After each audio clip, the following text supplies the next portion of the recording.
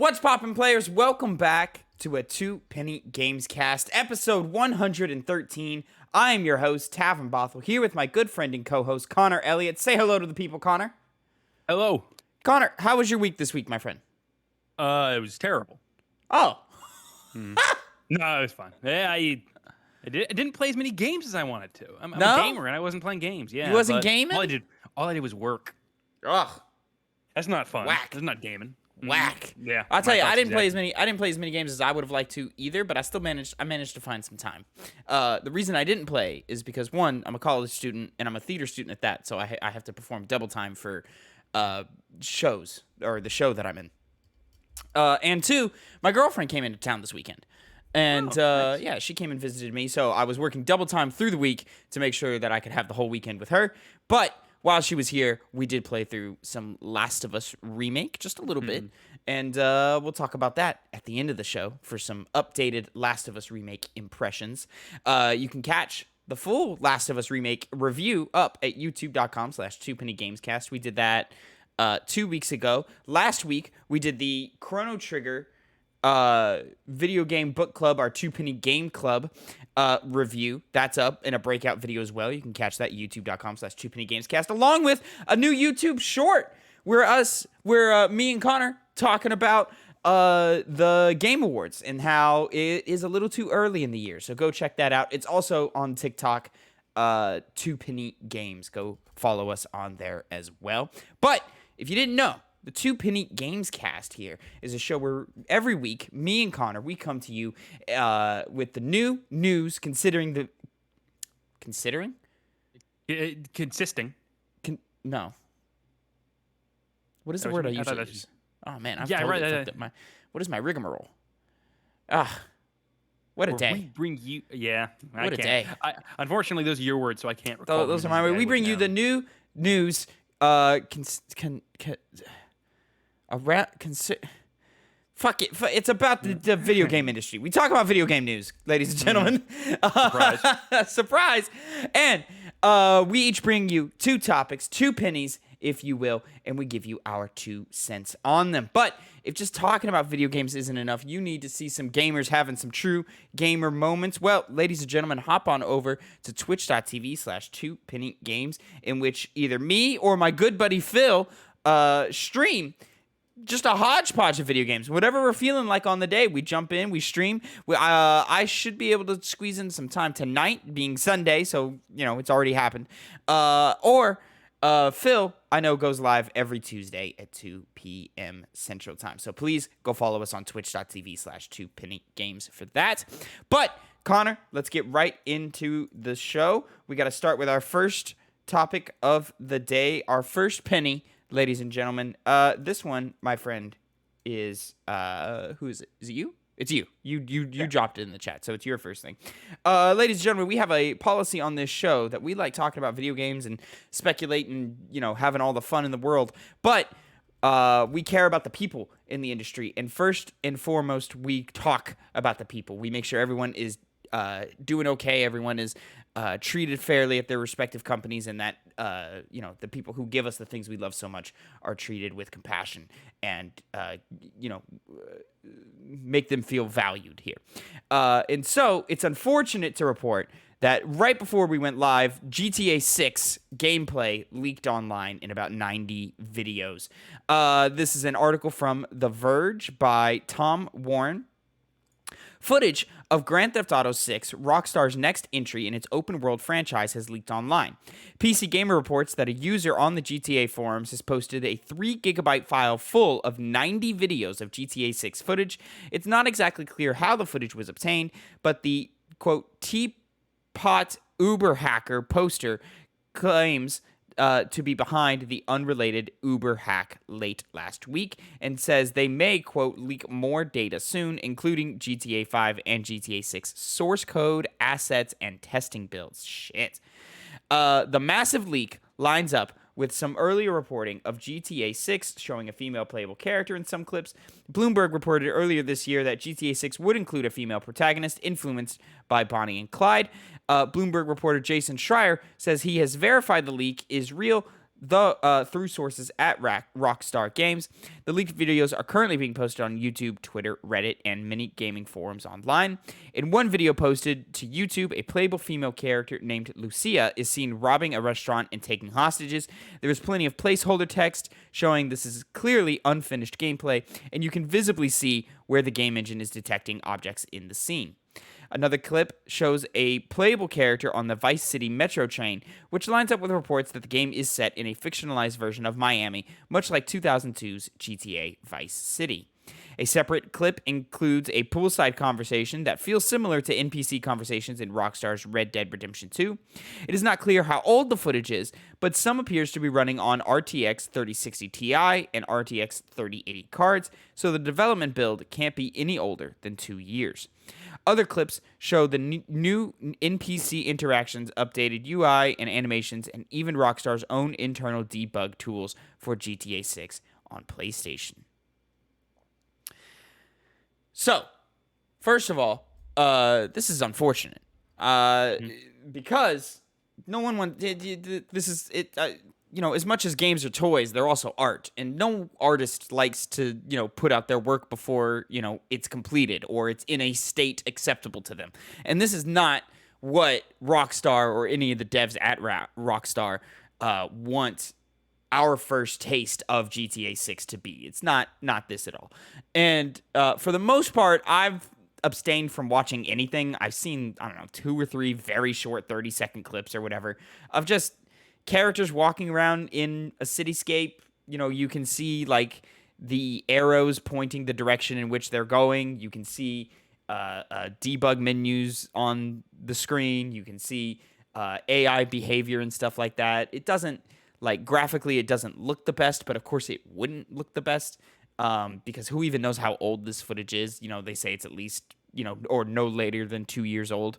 So, that's one thing. But, I have no interest of seeing games like this, revealed in this state. Red Dead Redemption 2 is one of the most beautiful video games of all time. This game looks like GTA 5 in terms of, it looks like it came out nearly 10 years ago. So it's clearly just not ready for it to be seen.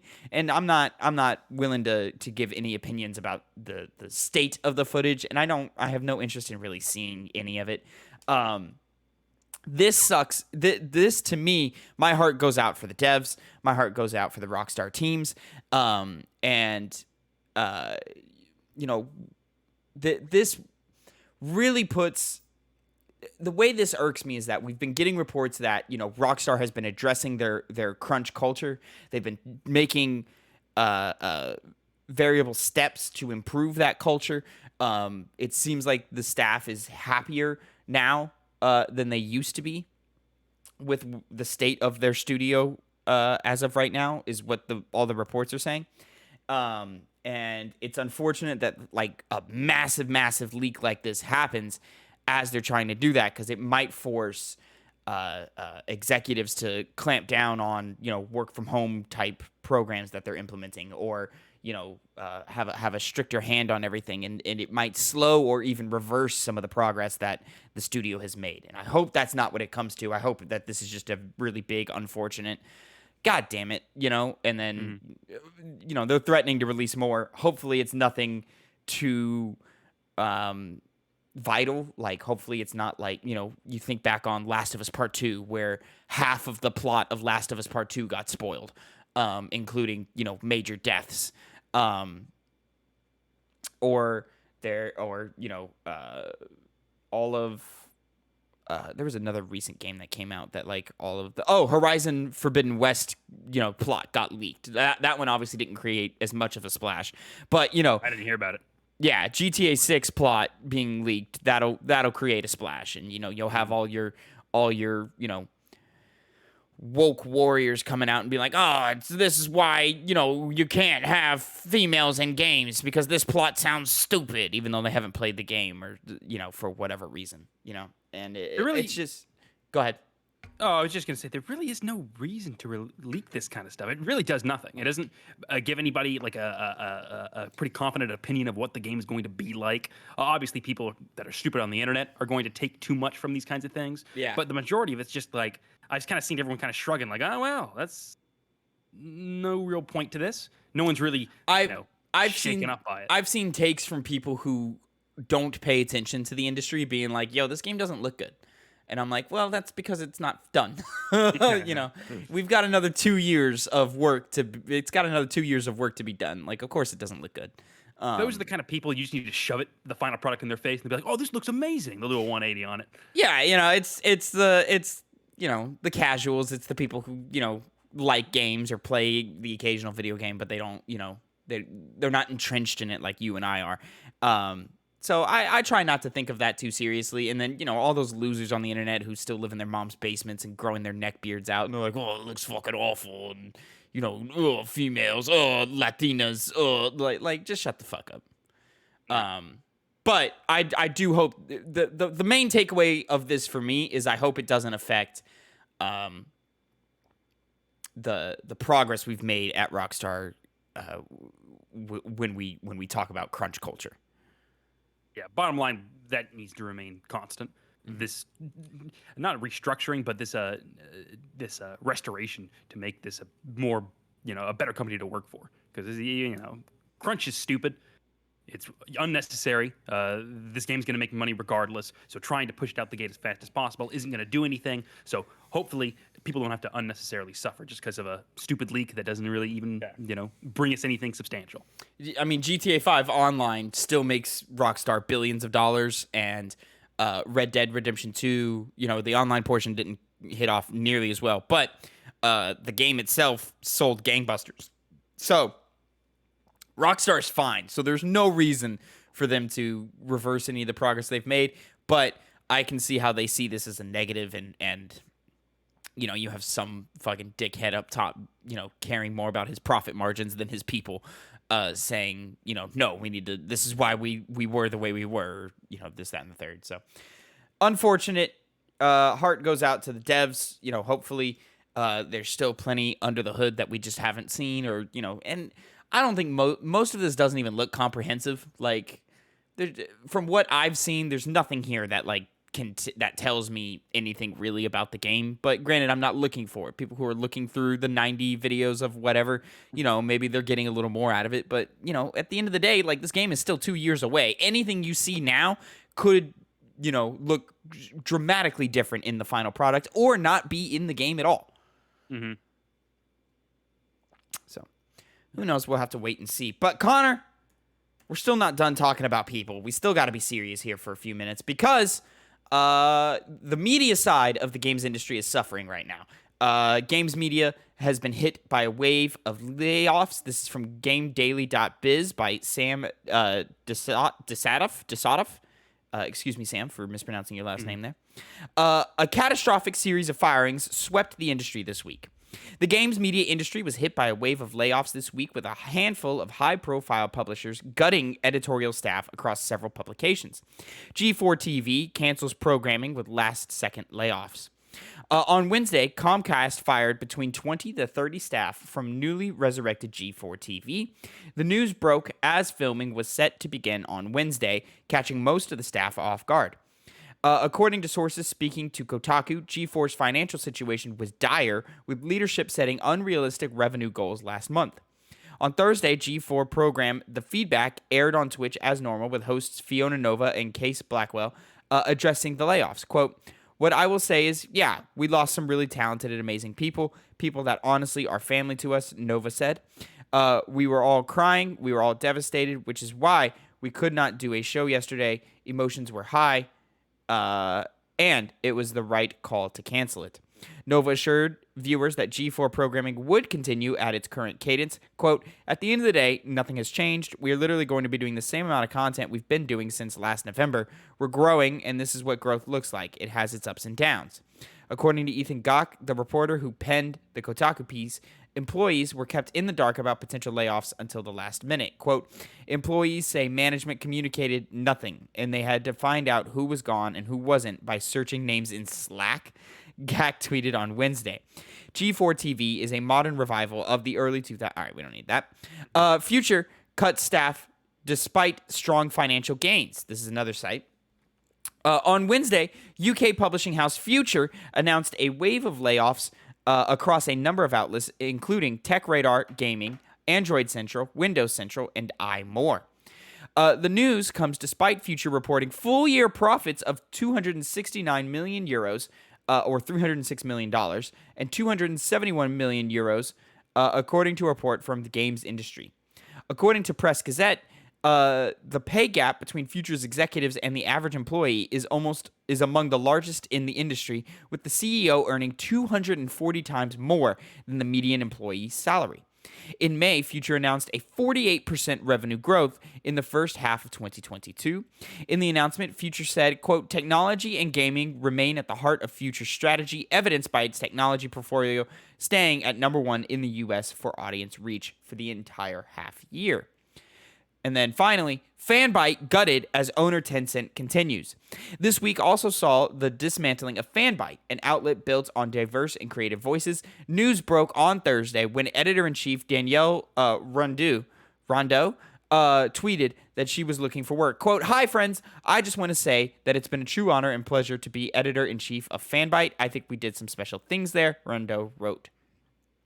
Aside from Rondeau, those affected were head of media John Warren, feature editor Elvis Faviz, and news editor Imran Khan, who tweeted that news of layoffs broke while he was asleep and out of the country covering the Tokyo Game Show for the outlet.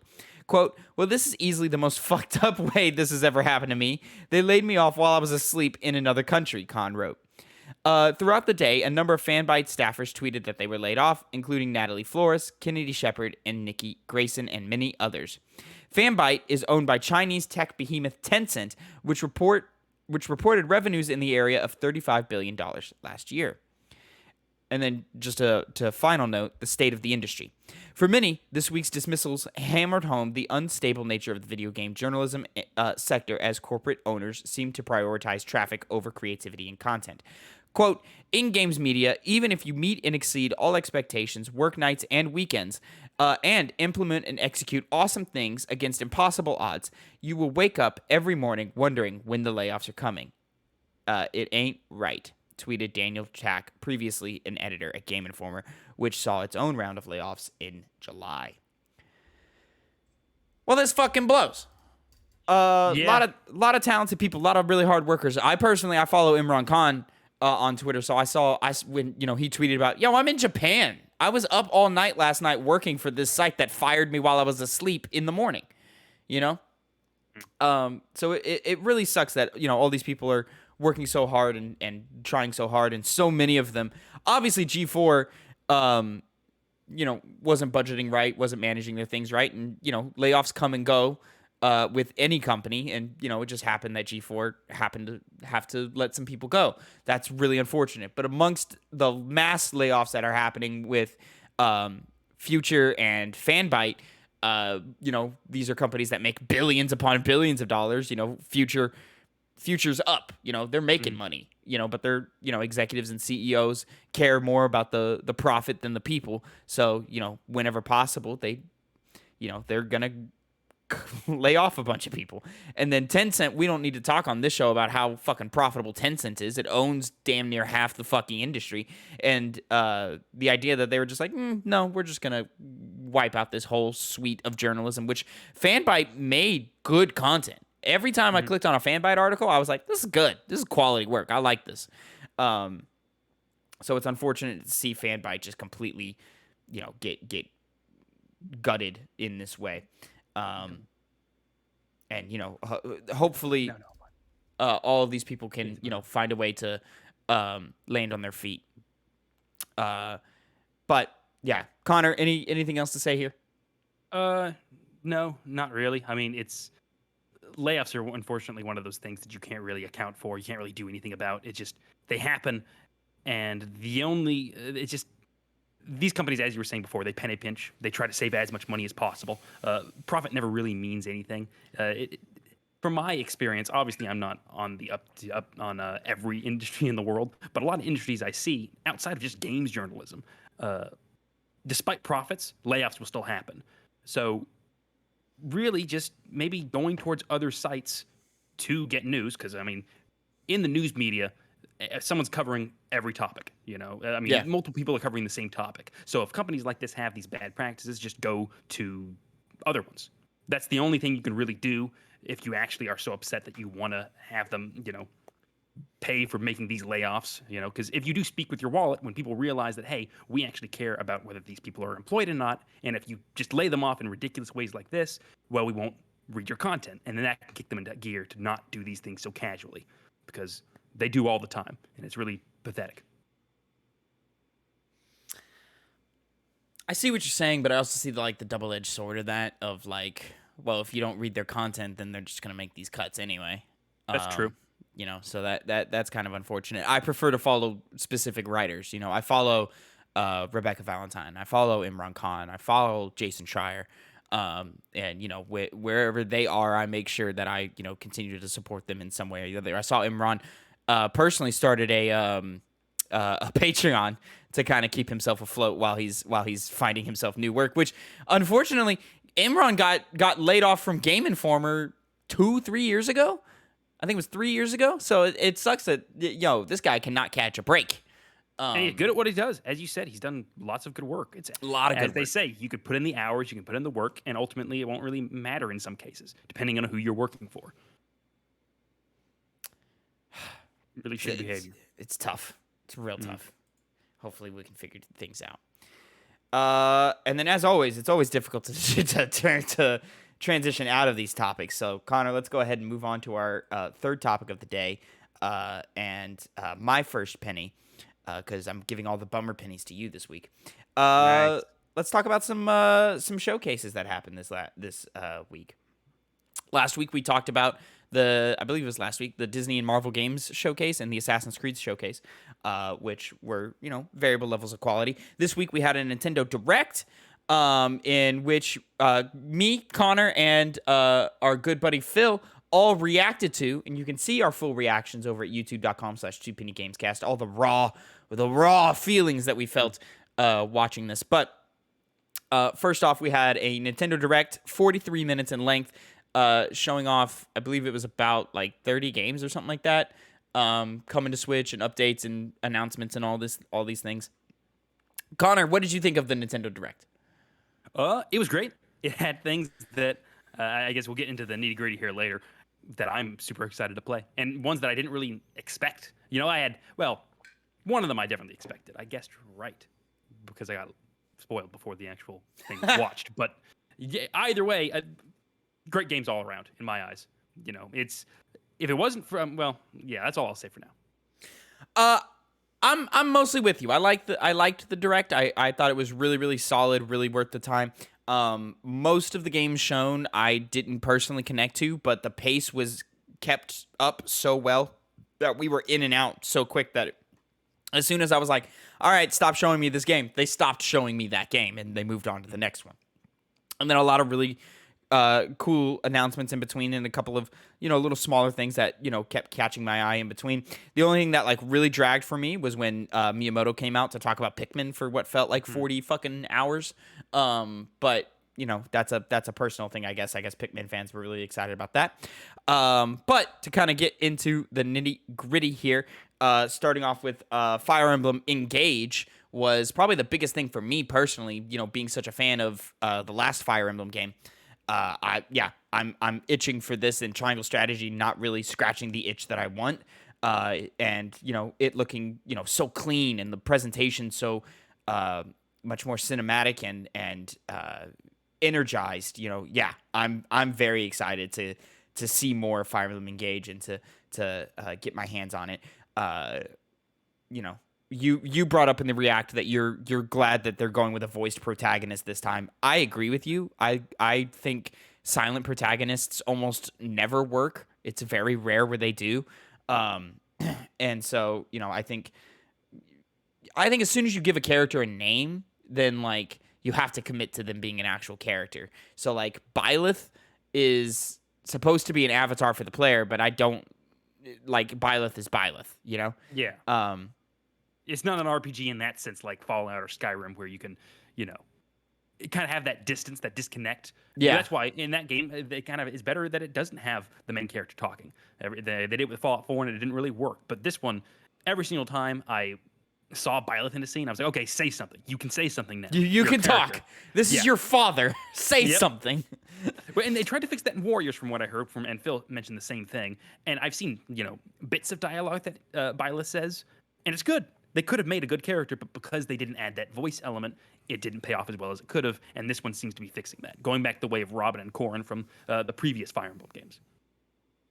Yeah, so I'm super excited for that. Release date and everything, January 20th, 2023, which we had talked about leaks a while back for this. So it's exciting that we finally have it and that it has a date and that it's coming fairly soon. We got, what is that, 5-6 months from now? So, that's exciting.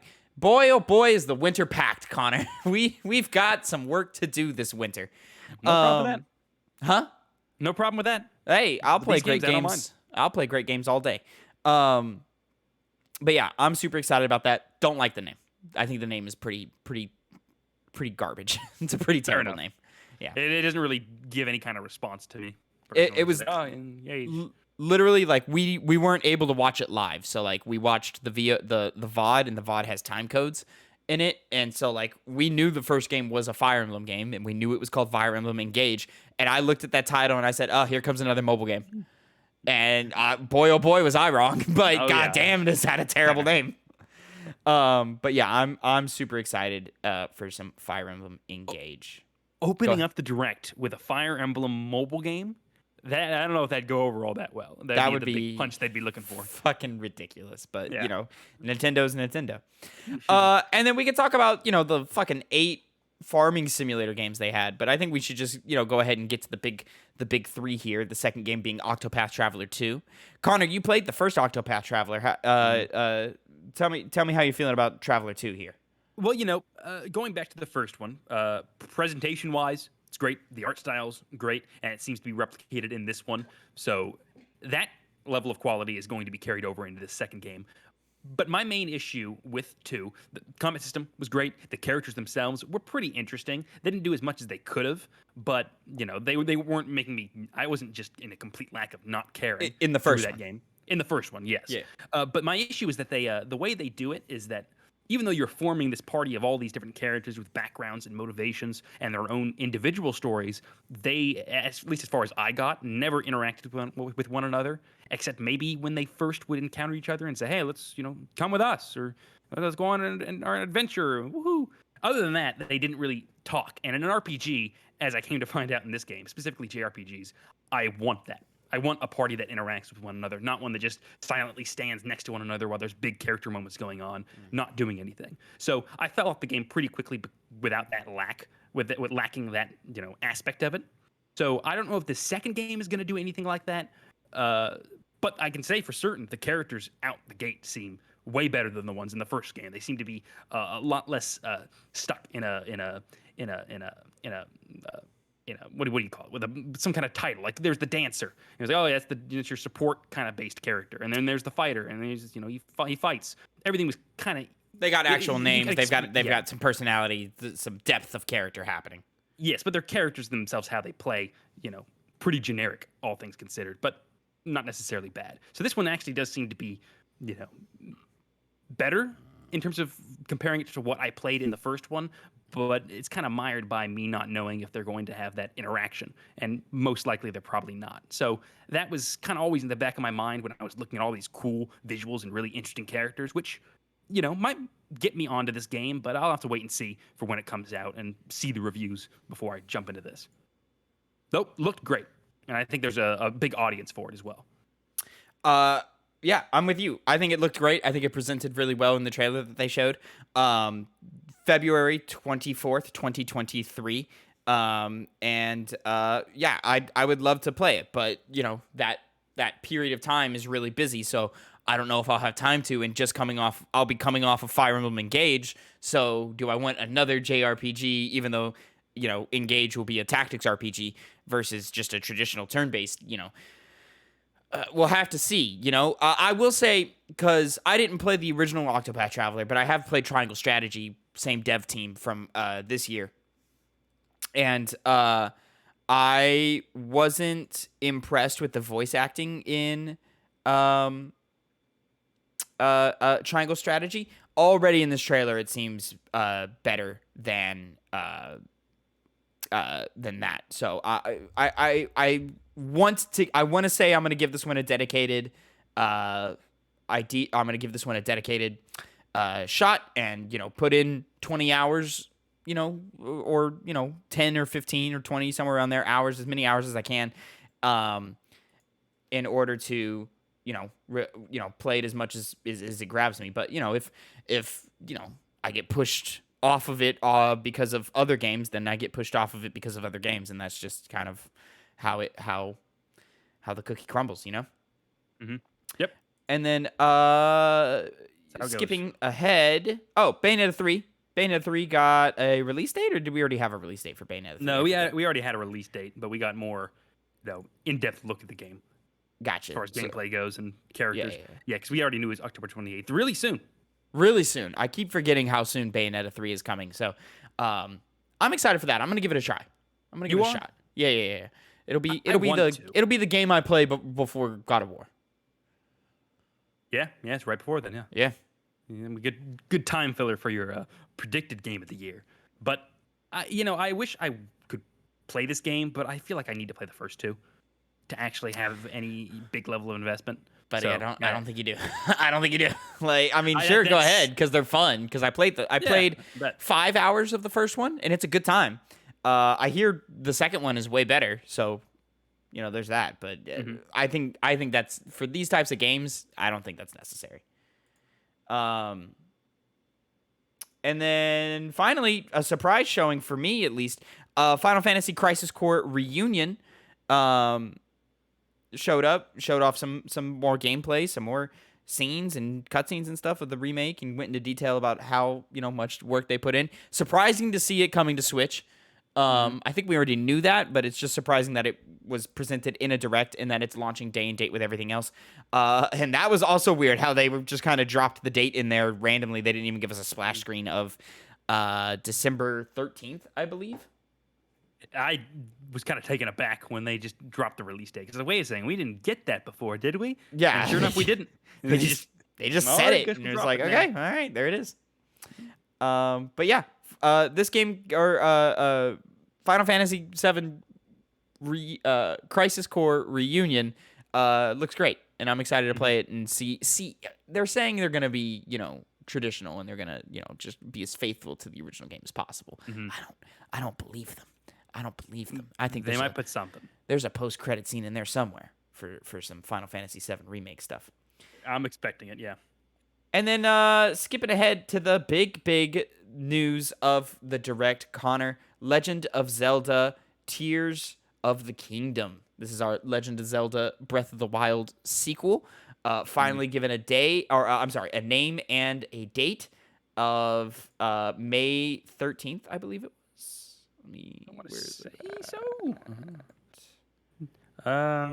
Yep, May 2023. I know it was May. Was it the 18th or May 12th? May 12th. There we go. So yeah, May 12th for Legend of Zelda not Breath of the Wild. Tears of the Kingdom. I'll say I thought this trailer was dope as fuck. Oh yeah. Yeah. As someone who's on record of not thinking Breath of the Wild is that great, this game looks great. Like, it looks a lot of fun, and I hope they advance upon it in the ways that, like, I found Breath of the Wild boring. I hope that they find a way to get players like me on board, because I'm not alone out here, Connor. I'm not alone. You're in the minority, but I'm in the minority. I'm in the minority, and I've just got to take my little hard truth of that. But I'm not alone. There are other people who feel like me, who are like, this game's fine. It's fine. It's good. It's good you're validated, Tavin. Everyone needs validation for their bad, wrong opinions on things. Right. Connor, what did you think of the trailer? I loved it, yeah. I love Breath of the Wild. I'm happy they didn't call it Breath of the Wild 2. I'm so used to referring to this as Breath of the Wild 2, since everyone just kind of accepted that's what they were going to be calling it, until we finally got this name. Good name, by the way. Tears of the Kingdom. Good name. Nice, good name. Twilight Princess games Legend of Zelda games always seem to have good subtitles with them. But I said it when we reacted to it live. I'm really, really happy about not only the visuals but also the feel of being able to go into the sky and having this, multi-level field of play. Because I'm assuming you can go on the ground as you did back in the first game. But I assume the now you ground can is go going on to the ground. mostly be the same map. Yeah. Maybe some tweaks or whatever. But, I think they're basically putting another map on top of the old map. And I think that's kind of interesting and cool. Yeah, it's definitely poked out to me the most from what they've shown us, which is pretty much the only thing they've shown us. I'm interested in the story. I hope it goes in a pretty interesting route.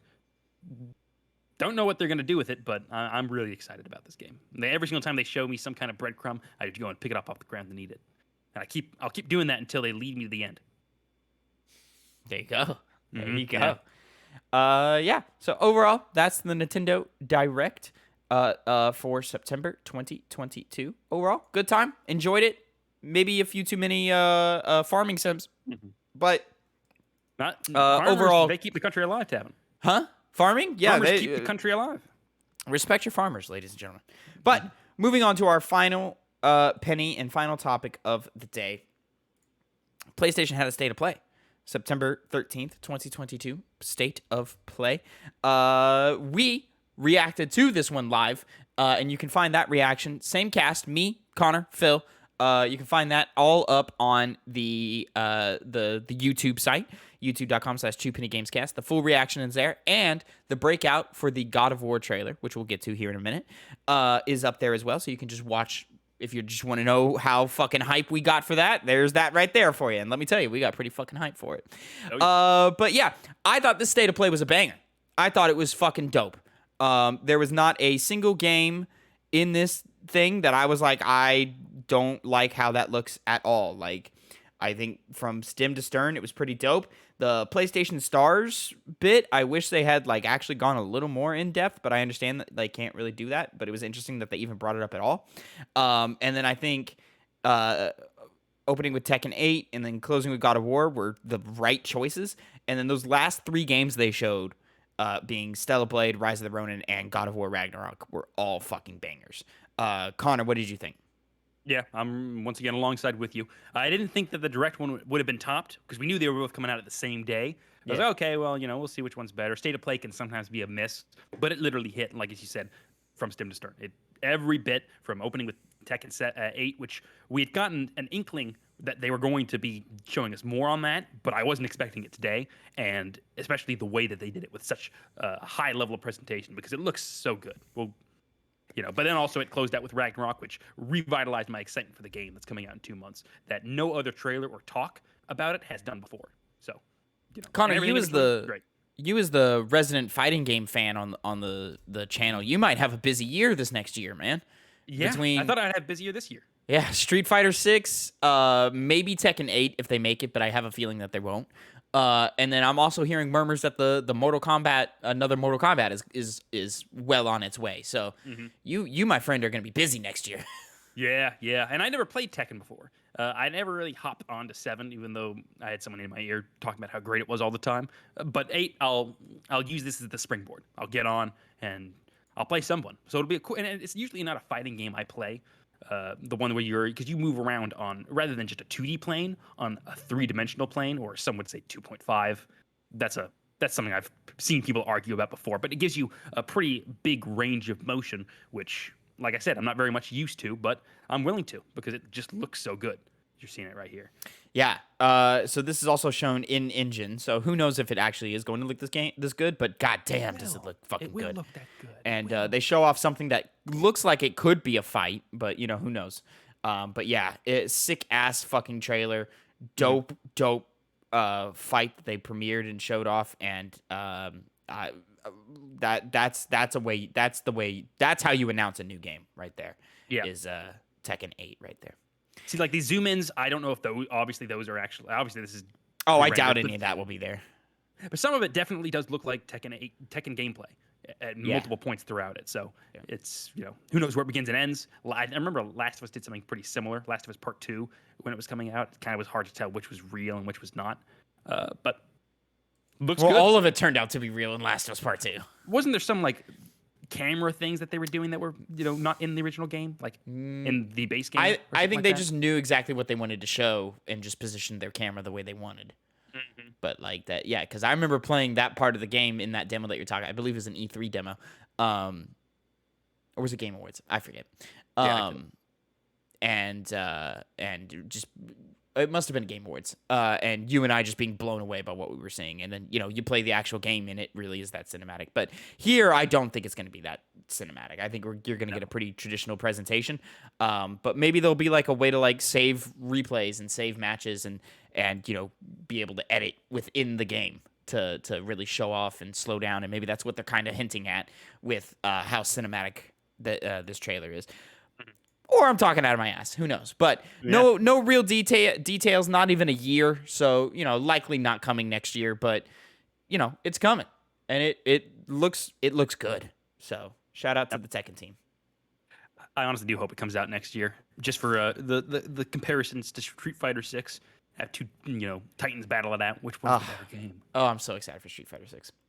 Yeah, So much so that I thought it was Street Fighter 6 that we were looking at.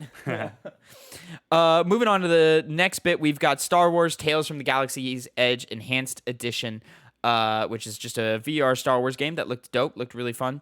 And then what was the other game that they showed? Oh, it was that's right. Demio, which seems to be like some sort of like VR card game for PlayStation VR 2.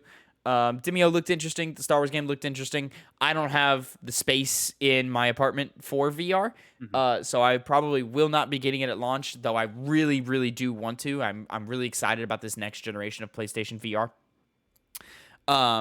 But the only reason I'm even really stopping to talk about these two games is to address just to get a little piece of loose change of a penny that didn't make the cut for the show. It's been it's in the couch, the little couch penny. Is that PlayStation VR 1 games will not be backwards compatible on PlayStation VR 2. Not unexpected, not super surprising, but still, a little unfortunate. It's just the tech used for PlayStation VR is too old, and PSVR 2, we are stepping forward. We're moving on. So it's unfortunate that those games are being left behind and trapped on that old-ass hardware. Hopefully we'll get some remasters or remakes happening to port it forward in some way for at least the bangers, games like Moss, games like Blood and Truth, I think got a lot of hype. And then, there was a couple of other PSVR titles that, are just going to be trapped there forever. And, hopefully we'll have a way to keep those in the annals of history. You know what I'm saying? Yeah. But so. we'll just have to wait and see on that. But Connor, how did you feel about those PSVR 2 games? I mean, I'm kind of in the space where I'm not getting one. I have things that I'd rather buy that's not VR. It looks cool. They look nice, but VR just as of right now, what I've seen recently from the PSVR 2, not like crazy up on it right now. But it doesn't look bad. Can't criticize it. Just not my thing. And then moving on from there, we've got Like a Dragon Ishin, new action fighting game, or not fighting, but new action game in the Yakuza series, now just being completely rebranded as Like a Dragon. And the Samurai Times fucking looks great. Looks so stylish and epic and badass. And yeah, I'm super fucking excited to play it. I've tried my hand at a couple of Yakuza games. I really, really liked Yakuza Like a Dragon. This one is going to be more like a traditional Yakuza game. And there was also, announcements of other Yakuza games there. I believe one of them is an RPG and then another spin-off game or whatever. But yeah, I'm super, super fucking excited to get my hands on this one because it looks sick as hell and it presented so fucking well here. This is a great trailer. I didn't know until after, but this is a remake of a game that had already been released, but only in Japan. So I thought this was a brand new game that had never seen the light of day before, but apparently it's not. But it does look different than the original game used to. So pretty striking when they showed that there. I tried to play Yakuza 0 recently, but my PC can't run it. So once I'm able to get that all up and squared away, then I will finally jump on. You didn't grab it when it was free for PS Plus? I did, but I think I had gotten it beforehand on PC because I had originally was going to play it and I just never got around to it. So it was kind of too late at that point. You're trying to make your money, get your money worth. But just go grab the PlayStation version then. Yeah, I got it. Yeah, I got because I got the first one on the Zero on a sale is what happened. Also, I'm pretty sure all of Yakuza's on Game Pass now. Oh. Yeah, so you've got an Xbox One lying around there somewhere, and I do, yeah. load up some Game Pass for you, and knock it out through there. But yeah, Ishi Like a Dragon, February 2023. I'm so excited for that. I really want to play that. Yeah. I hope that they continue with the English voice acting that they did in Yakuza Like a Dragon, because I really, really appreciated that. I would think they would. I would hope so. New trailer for Hogwarts Legacy. This is one of the less impressive showings of Hogwarts Legacy, but I'm still excited for this game, and I still want to give it a shot and try it out and play it.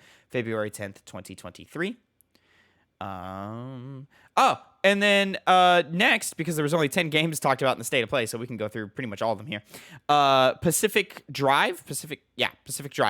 Little indie game. Seems to be some kind of car sim game, but like some weird supernatural shit's going on and crazy shit's happening.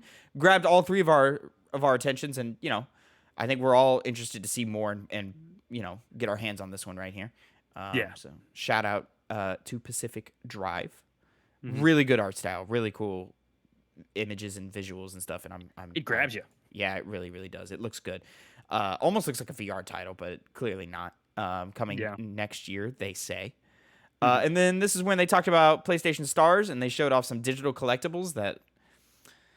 That's what you can get, I guess. I guess that's what you can get. I'm interested to see what PlayStation Stars looks like in its totality. But as of right now, I don't think they're doing a very good job of selling it. No. But it is free, so you don't really have to do much other than just bring attention to it, admittedly, for people to at least be like, okay, I'll check this out. What is this? But it definitely doesn't really, amp up curiosity. You are right in the sense they've just kind of dealt with it in a very weird, nondescript way. Yeah.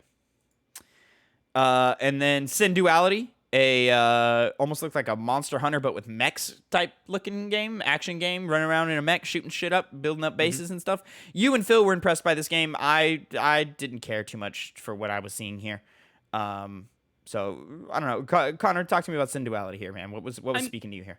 I thought it looked good. I admittedly overall I don't think I'll play it. It was more just this looks good. But the reason why it was striking to me is because as far as mech games, I haven't really touched many of them. A lot of there's not really many made nowadays. At least ones that appear on my radar. Maybe they exist out there in some capacity, but I kind of missed the time to play these games back when I had like a PS2. So, it just looked striking. It looked like something that I usually don't play all that often. So that alone, also this seemingly implementation of co-op. I saw a multiplayer notice down there at the bottom for the first time a second ago. That might make me, interested in actually getting the game. But right now it just looked cool, and I see that there's a really big market for it. Yeah.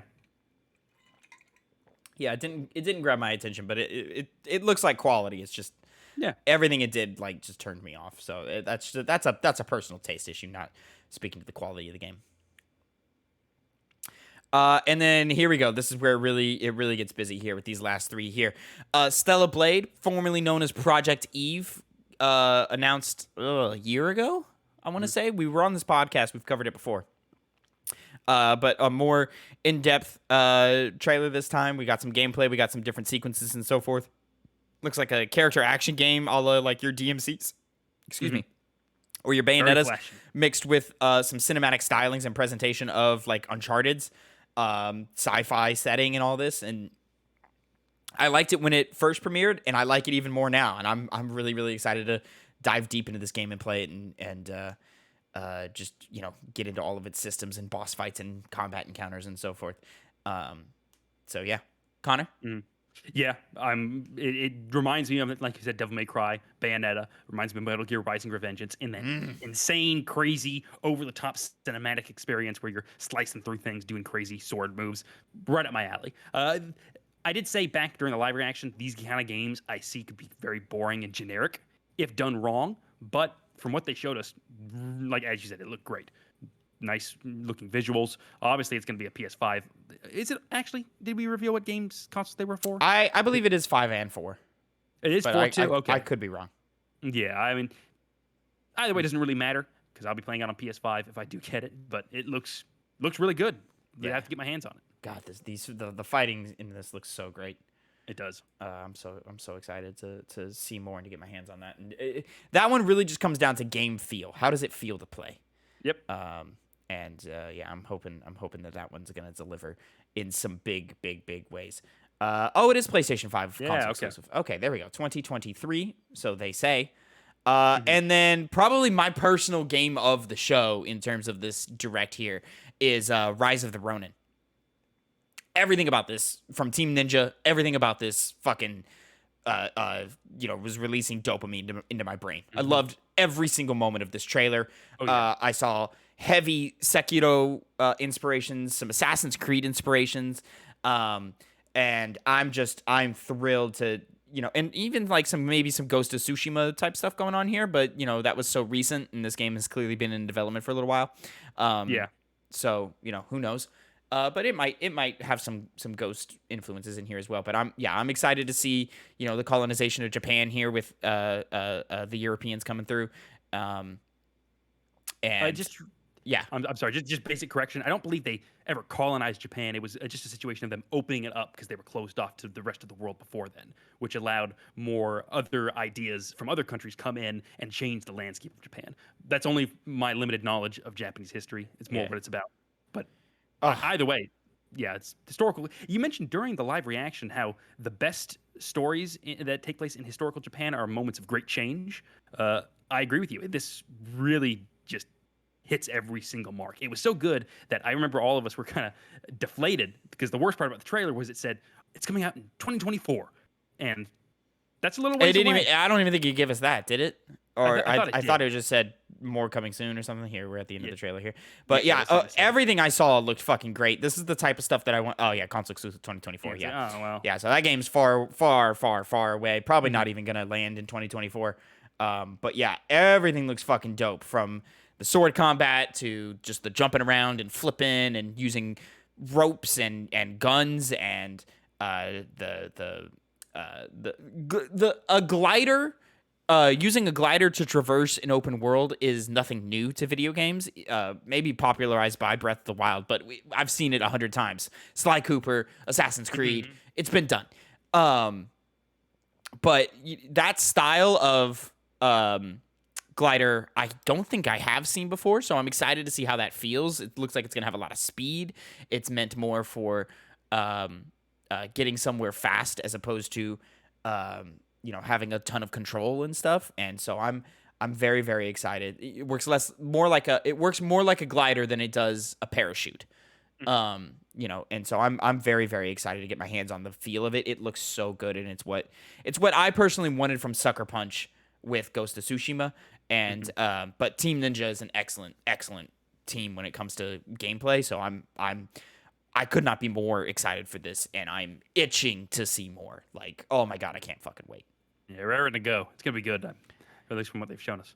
And then their final announcement, Connor, their final thing that they showed, God of War Ragnarok controller is coming. Yeah, that was the last thing, and I was so upset. And this is actually the weakest point of the entire show. What a bummer of an ending, right? Yeah, right. And they did it in a way they were like, we're gonna show you more Ragnarok stuff, and then they just give it us.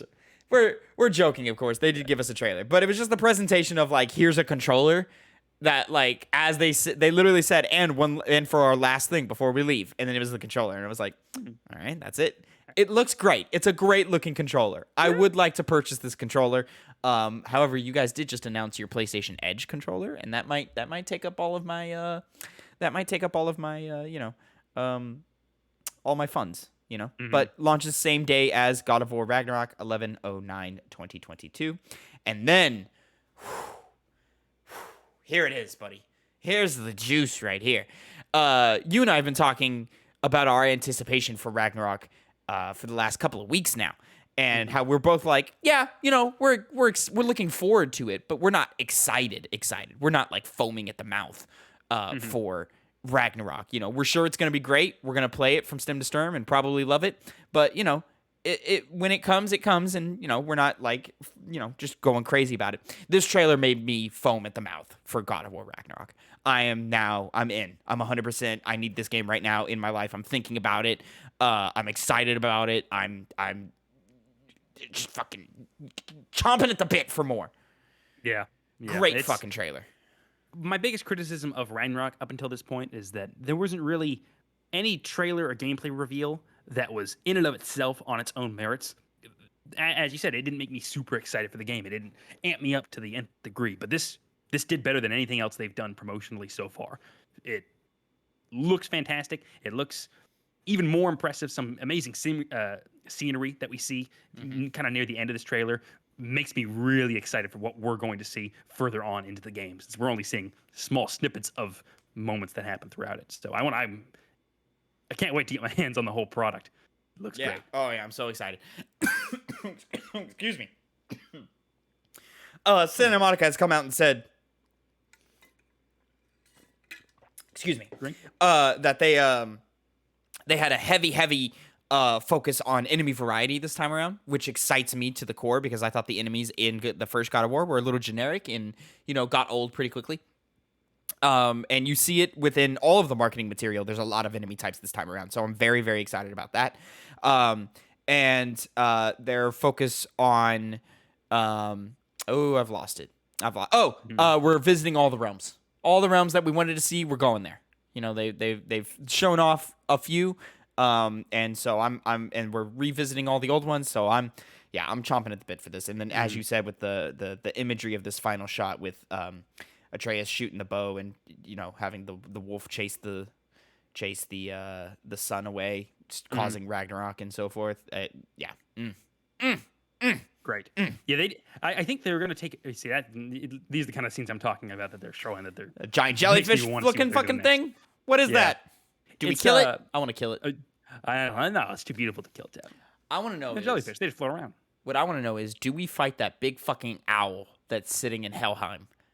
The keeper of the gate, or the watcher of the gate, or whatever they call it in the game, I forget. But do we fight that thing? I want to fight that thing. I feel like we are. I'd be surprised if we didn't. Especially if we're trying to cause Ragnarok, which would probably imply that, the underworld got, their guardian taken out. Who knows? But only short time away, Tim. So exciting. So exciting. Yeah, we're coming up quick on it. And then, Connor, that is it for the news. But before we leave, I sent something in the chat real quick that I just kind of wanted to touch on. And that's sort of our next year in games that we can kind of look forward to. I think a lot of games this year got delayed to next year through COVID and so forth. So here, let me put this up where the people can see. Oop, I've made a mistake by closing that window. So now I've got to open it. So here, give me a second, ladies and gentlemen. I'm almost there. And specifically in the first half of the year, we've got a lot going on already. So what is this thing called? Why can't I find the thing I need? There it is. So how's your guys' day been? Here we go. Oh, where did you go? What happened to you? What happened to me? I'm still here. I'm existing, I think. Oh, I fucked up a lot of shit. I didn't even know I fucked up a lot of shit. I'm so sorry. I fucked up your camera. I'm a bad technician. No. God, that's there. terrible. We go. All right. So this is Game Informer's 2023 calendar. Game Informer puts out a great calendar every year, and they update it as they go. I'm watching over the 2022 one all the time. So here's the 2023 one. Starting in January. We're starting so strong in January. Fire Emblem Engage, January 20th. Dead Space Remake, January 23rd. And Forspoken, January 24th. Well, fuck, that sucks. I want to play all three of those. Get to playing, Tavin. I'm saying, holy shit, January's fucking busy. February's not going to be, probably going to be pretty crazy too. Dead Island 2, February 3rd. That one's probably going to get a skip from me. Even though that trailer that they got was really dope and really exciting to see. All these years, Tavin. All these I years know. you said it was never coming out. You can't even give them the respect of playing the game that you said wouldn't even come out. Sad. Don't come It's very don't come sad. out don't come out a week after the Dead Space remake and a week before Hogwarts Legacy. How about that? You know? I mean, yeah, you might have to put this over Hogwarts because you have to back up. Hell no. Something. I'm a Harry Potter fan, Connor. I'm playing Hogwarts Legacy, god damn it. Fair enough. Fair enough. But Jesus Christ, I've got fucking work cut out for me. I've got Fire Emblem Engage. Dead Space remake will take like, I don't know, 3 play sessions maybe. But then Forspoken, that's a whole ass RPG. And then, straight into Hogwarts Legacy, another whole ass RPG. And then as we scroll down here, Kirby's Return to Dreamland Deluxe did look good, but I'm cool. I'm not a big Kirby guy, so there's that. Octopath Traveler, February 24th. Hopefully I'm done with all these other games that I want to play before that comes out, or else that's getting the boot. March 24th, the Resident Evil 4 remake. That is a must play for me. So like just in the first 3 months of the year, and then now we have May 12th being Legend of Zelda. So like we are really starting to see, this year's been a solid year for games. But in terms of me personally, I've been swimming in sevens all year. I know obviously you had your big hitter of Elden Ring, and then from there it's whatever else you want, and then we have God of War. So it really just comes down to God of War or Elden Ring for Game of the Year. But next year we've got contenders. We've got a conversation to have next year. Alan Wake 2 is slated to be next year. There's not a fucking chance. Assassin's Creed Mirage. Hopefully that makes everybody happy. Who knows? I'm just kind of scrolling through as quickly as Baldur's I Gate can. 3 is officially coming out. Is that the final version of the game? I would I hope assume so if they're talking about it. It'd be nice. Final Fantasy VII Rebirth is slated for winter of 2023, but that probably means early 2024. No, we'll see it this year. Let's go. Let's go. The front mission game looks good. And then let's see here as I'm scrolling through. And then if you see anything, Connor, just call it out. Yeah, that's what I'm doing. Marvel's Spider-Man 2 is said to be next year. That one's a big one for me. Big game. I think even for you, you'll probably be diving into that one as well, right? Because it's just too big not to, right? Yeah, I'm probably kind of hooked into that one. And you liked the first Spider-Man, even though you didn't play Miles. Yeah, I really liked it. It's great. You should play yourself some Miles Morales, man. It's a solid game. I probably will. I'll probably play it in response to whenever this game's coming out. Yeah, got you. That's probably what I'll do. And then Star Wars Jedi Survivor coming next year. That one I do believe, and I believe it's going to be early next year. They just haven't given us a date yet. Oh, Stalker 2, Heart of Chernobyl. I'm really excited for that one. I want to jump into a Stalker game. Do you think it hits next year? It's been a long time. The problem is that they are a Ukrainian developer and they've had issues. So I hope for their sake they're able to get it out because they've put a lot of work into this and obviously been through a lot. And hopefully things clear up in that area of the world. So God damn it'd be nice if that came out. Maybe a good sign that things are getting better over there. In addition to just being an interesting game. Stellar Blade is a must play for both of us. Mm-hmm. Yep. Street Fighter 6 a must play for both of us. Yep. Suicide Squad, kill the Justice League. I'm moderately interested. I'll check it out. Maybe if it hits okay and if it looks good. Yeah. I want to play with Shark. That's my connection to that game. Yeah. And then what else are we missing here? That seems to be about it. So I mean, but like even then, Spider-Man 2, Resident Evil 4, Jedi Survivor. Corner of the Wolf Among Us 2 is another one. Yeah. I never finished the first one. I was interested in it, so this might be a good reason for me to play it. Yeah. I think I own it, so I might play it on stream or something for shits and giggles. Get a easy platinum out of it. Dead Space remake, Fire Emblem Engage, Forspoken, which I mean, like Forspoken doesn't look like a Game of the Year contender by any means, but it looks like a fun time. Mm-hmm. And then Legend of Zelda. So we've got some stiff competition next year. Bring it on. Some stiff competition. What do you think? Just guessing. What do you think an easy dub for Game of the Year is next year? Easy dub. Let me go through these again. There's so many. It's kind of hard. There's a lot. For me personally, I mean, it's hard to in terms of like the Keeleys. I think Legend of Zelda is going to be an easy dunk, but Spider-Man 2 Spider-Man 2 might give it a run for its money.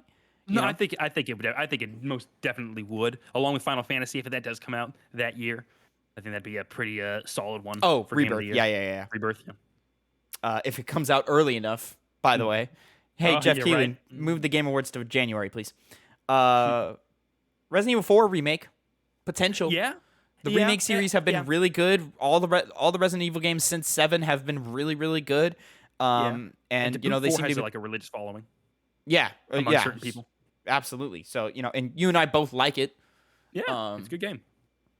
So a remake of that with all the updated stuff that they've been doing and, you know, an actual horror tone, I think it has a chance to really, really impress. From there, that might be it in terms of Game of the Year contenders. But that's a list. Like, that's a list of games, you know? Like, that's nothing to scoff at there, you know? Star Wars, Spider-Man, Legend of Zelda. Whew, we are in for it next year, my friend. We are in I'm ready for it. Got no problem with it. I mean, it'll be a lot of time, and money. Yeah, no kidding. I'll take the plunge. I'll take the sacrifice my duty, I guess. So tough. It's so hard being in this, doing this thing that we do here. And then finally, ladies and gentlemen, I've got. Sorry, I'm juggling 12 different things right now. Come on, man. Oh, and I forgot to take my other time code. God damn it. Come on, man. I know, man. I'm getting trash at this, bro. We're going to have to deduct your pay, Tavin. Oh, great. From $0 to $0. Yeah. I'm going to guess that was about there. Oh, fuck. I didn't put the fucking 5. God damn it. There we go. Shit. Fucking cunt. God damn it. Anyways, Connor. Now I've got to move this around. Holy shit. There we go. Connor. Moving on to our What We've Been Playing segment. You and I have both been playing Neon White, but we're going to give a full impression / review thing of that next week with Young Philip is going to join us. So we don't want to say anything on that right now. So I'm just going to give some updated impressions on The Last of Us remake, Last of Us Part 1. As I said earlier in the show, I've been playing it with my girlfriend. And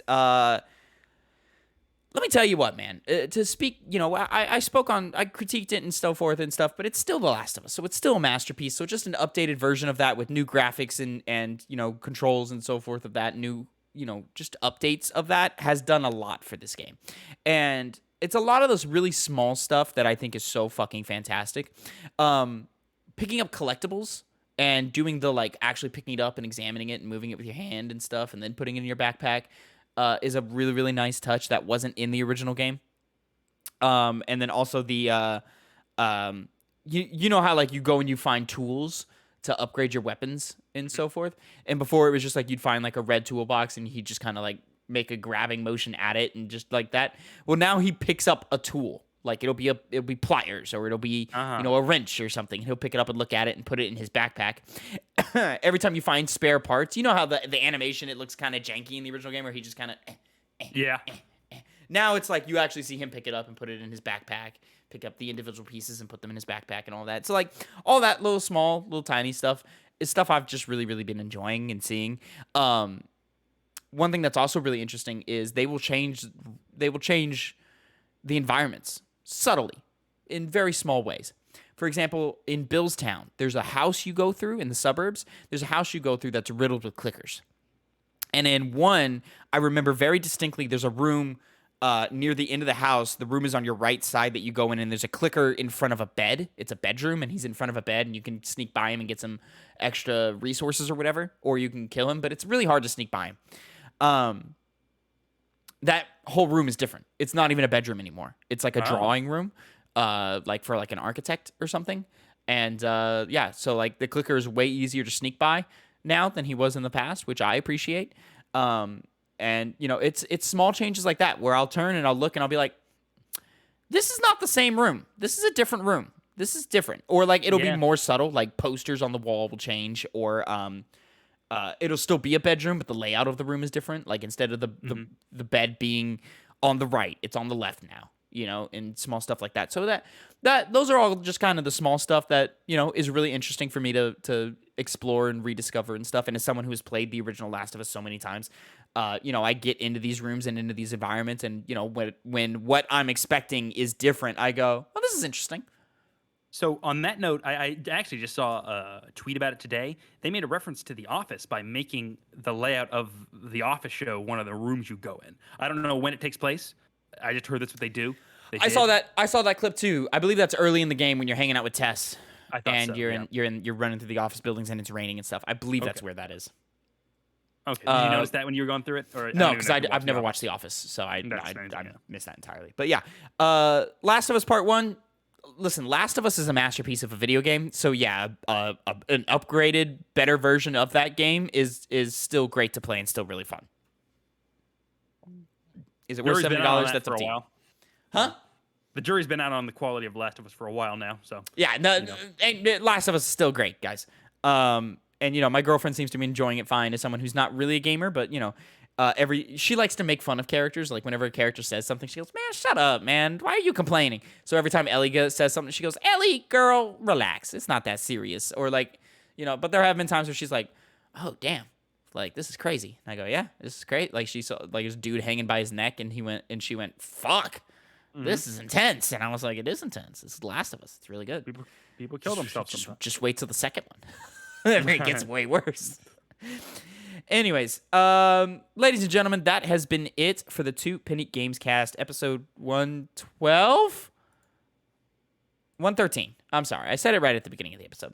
Remember, you can catch us every week, Monday, youtube.com/2pennygamescast, or mainstream podcast services of your choice.